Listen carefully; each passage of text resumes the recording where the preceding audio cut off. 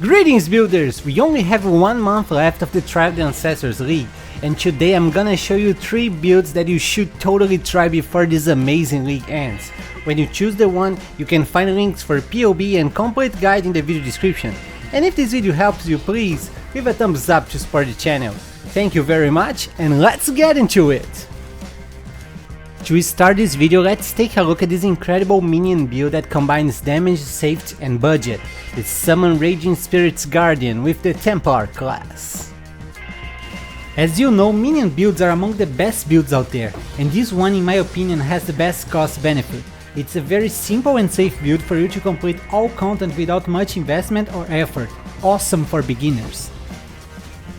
To list the pros of this build, I would start with how accessible it is. It is super cheap, simple, easy to play, and doesn't need any mandatory unique item.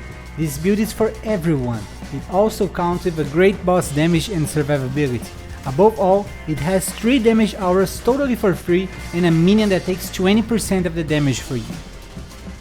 Now to list the cons, I'll start saying that Raging Spirits have a short duration and you need to keep resummoning them while clearing maps, which might reduce your speed a little.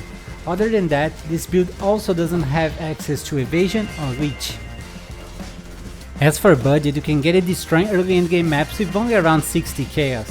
To comfortably advance to yellow maps, I recommend investing around 100 chaos, and for easily completing Rattlers, I recommend investing around 4 divines, or you can totally do it with less. Don't forget that on PoEbuilds.net you can find a list with all the equipment that you need to buy for this build, with direct links for examples being sold by other players. For clear speed, this build gets 8 out of 10. This is because you have to keep resummoning your Raging Spirits, but as you can see, even though this clear speed isn't super fast, it's perfectly fine for you to play and have a good time. The boss damage is great, it's a 9 out of 10. If you apply all the buffs and maintain 20 spirit summoning, you will easily reach over 15 million DPS, more than enough to decimate all endgame bosses in seconds. For this survivability, I'll give it 10 out of 10.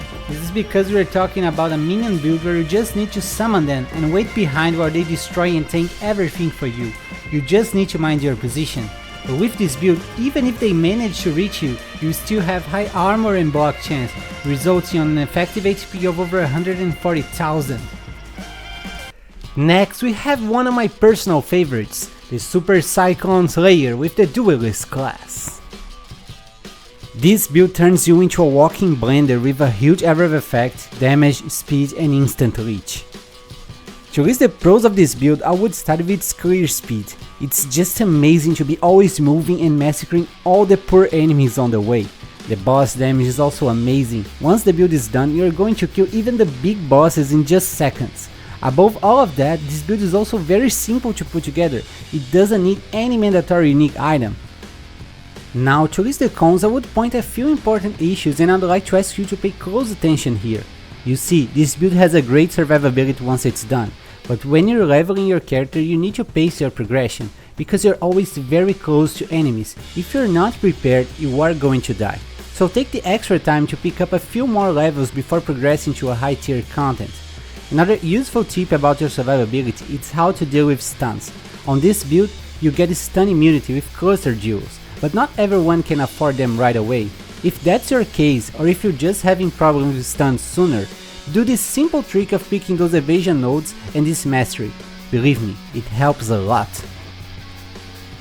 As for budget, you can get it destroying early endgame maps with only around 90 chaos. To comfortably advance to yellow maps, you need to invest around 115 chaos, and for easily completing Rattlers, I recommend investing around 6 divines. For clear speed, I'll give it 10 out of 10. Cyclone never stops moving, so you can farm your maps without needing to stop forecasting or anything like that. It's just awesome and very satisfying. The boss damage is great and deserves 9 out of 10. Prepare yourself to destroy even the biggest bosses in just a few seconds. Now for the survivability, I'd only give it 8 out of 10, but don't get me wrong, this build still has over 70,000 effective HP because of high armor, evasion, spell suppression and instant reach. I just took 2 points out because you're always very close to enemies, which puts you in a vulnerable position. Finally, we have this awesome build that is the pinnacle of archer gameplay, the Tornado Shot Deadeye with the Ranger class. Tornado Shot is so strong that it doesn't even need a returning projectile support gem. This way you can keep your Mirage Archer for a smoother clear speed. Just as I did with the Lightning Arrow build, the complete guide of this one will also count with two versions of the build, a budget and a complete one. Each has its own PoE and passive tree, so you can start this build even on a low budget and upgrade it later.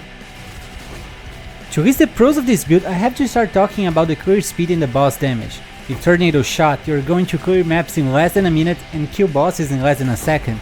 This build is also not complicated to put together. I totally recommend it for everyone. Now, to list the cons, I would say that this build is not very tanky.